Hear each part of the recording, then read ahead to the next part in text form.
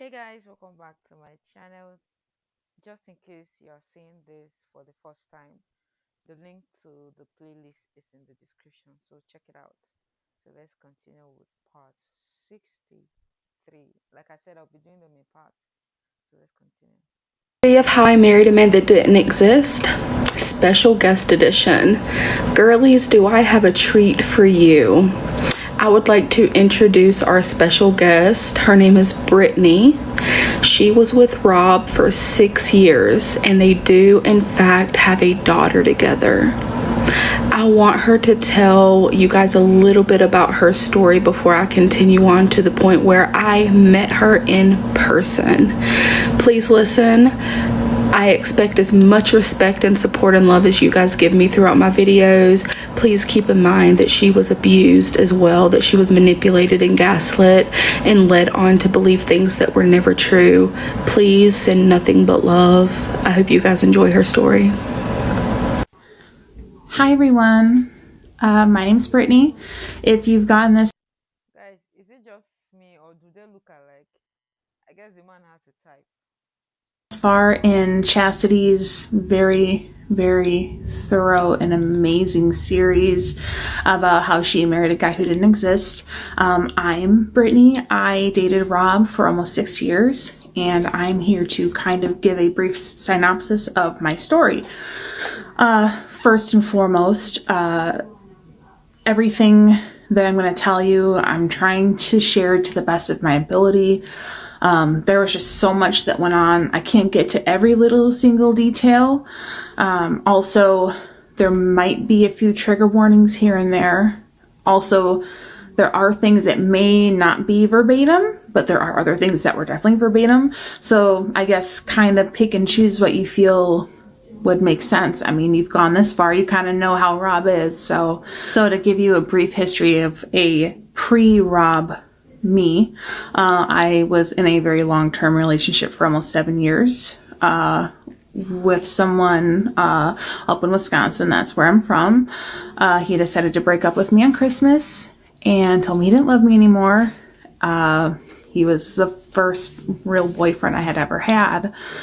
He's the one who, like, I lost my virginity to, everything. So it was devastating. So I ended up moving down to Florida because that's where my parents lived. So I figured, why not? Fresh start, go down there, try to meet somebody new, work on myself, all that kind of stuff. So I moved down. I tried the whole dating scene. It was kind of weird because I'm like, I don't really know what to do because I never really had to do it before. I mean, my ex I had known from middle school, and we knew the same family and everything. So it was kind of a natural occurring thing that just kind of happened. So I'm not very good at speaking, so I apologize in advance. I'm not as poetic as Miss Chastity is. So I went on Plenty of Fish. I was talking to different dudes. Nothing was really working. Then I landed on Rob and we started talking. He told me that he was a manager for a moving company and that he owned his own house and that he was letting his best friend and his mom live there. He told me that he had just gotten out of a long-term relationship and that apparently she had passed away in a car accident and so on. I was just like, oh my gosh, like, I'm so sorry. Like, that's can't be easy, you know what I mean? So anyways, we ended up going on a first date. He bought me flowers. I was like, holy shit, like, where'd this guy come from? Like, kind of schmoozing me up and everything. Hang on just a second, because my baby's crying. Hang on. I have a question for people in the Western culture. What is it with you women with flowers? I'm asking because I'm an African girl, Nigerian, in fact, I'm an Igbo girl to be precise. Give me money any day over flowers. I'm not like my people will say, I'm not an animal that will eat weed or grass. Forgive me, but that's what my people will say. So, what is it with flowers? I think anybody can buy flowers. So, It doesn't, well, but I really want to understand what is it about flowers that make people feel that, oh, this guy must love me for him to be buying me flowers. Is it a fantasy, or because we see other people love it, we are loving it, or is there a science behind it? I think that's what I want to know. Let me know in the comment section, please. Okay, sorry about that. So we went on a first date. Everything went really, really, really well. We had the same taste in music. We had the same humor. Like, everything was just going really, really, really, really good. It was kind of a too good to be true type of thing. I took some notes here, so just bear with me. I had asked about he had a tattoo on his arm with a name. And I asked whose it was, and he said it was the name of his daughter who his ex was pregnant with. So when she had died in a car accident, so did the daughter. So I was like, oh my God, I am so, so, so sorry. You know, again, that's a horrible thing to have to lose a child. So I felt like I felt really bad. I kind of felt like, how am I going to be able to like replace this person, let alone like their child? So there was that. I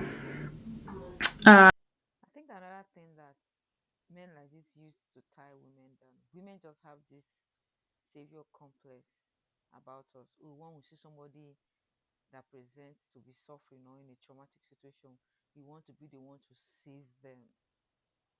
Why do we have that? Like, it's something I don't think I'm yet to understand.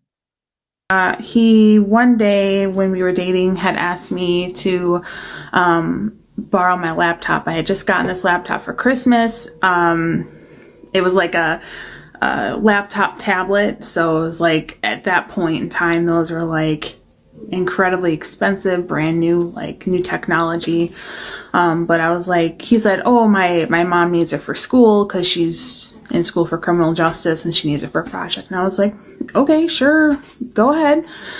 He's like, oh yeah, I know she only have it for like 2 or 3 weeks. And I'm like, yeah, that's fine. I haven't really used it for any purpose yet anyways. So, I was completely fine with it. Some time had gone on. I later found out that he did not own the house. He, in fact, was paying rent, and it was his best friend's grandma's house, and she was renting out to the mom and to his best friend, and he was living there. So, one of the first lies that I had experienced. One night when I was about to come over there, he had called me. He's like, hey babe, do you mind if I do some Molly with my friends? And I mean, I wasn't really okay with it because I'm straight edge. I've never done anything in my life. I've never even drinking alcohol. So, it was not really anything that I was super for, but I was like, whatever, like, have fun with your friends. It's fine. But, I never really knew how people on Molly acted. And I guess when people are high on Molly, they are very, open and honest and talk about things very truthfully and upfront. He had confessed to me that at one point he, had an addiction to pain pills and that he had been clean. But he was trying to work on his sobriety, and I was just like, well, hey, like, I'm here for you. Like, I love you. I'm going to be here no matter what. So I told him, like, I would be very supportive of him. I'm trying to think. I'm so sorry. Like I told you, I'm super awkward on here. I remember there were numerous times where when we would be out and about, he's like, oh, I need to go look at this TV really quick. So we'd like go to some dude's house, and he would just like run in because he was like thinking about buying this TV. And I was like, oh, okay, sure. And like every single time he would walk out with nothing. And then there was one time where he's like, oh, like, can I have $50 because I want to go ahead and put money down on the TV because I really want to get it. And so I gave him $50 for the TV. Now, needless to say, we never ended up getting the TV. He told me that the guy sold it from under him. So I was like, okay, well, did he give you the money back? And he said no. So I lost out on that money, and I was like, what the fuck? So at that point, he had offered to have me move in with him. So I moved in with him. And it went great for the most part. Didn't have any problems. He went to work. Everything was great. I'm going to go ahead and stop the video here just in case Chastity wants to add anything to it. So just stay tuned for the next video. Right.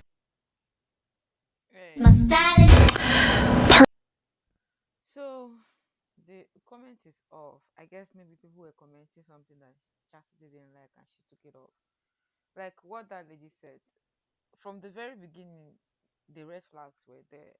But we women now, once the emotion sets in, it is hard for us to see any other thing.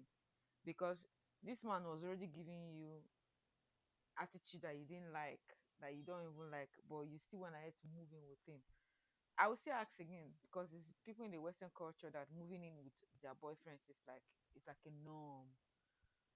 Why are you moving in with somebody that is not married to you?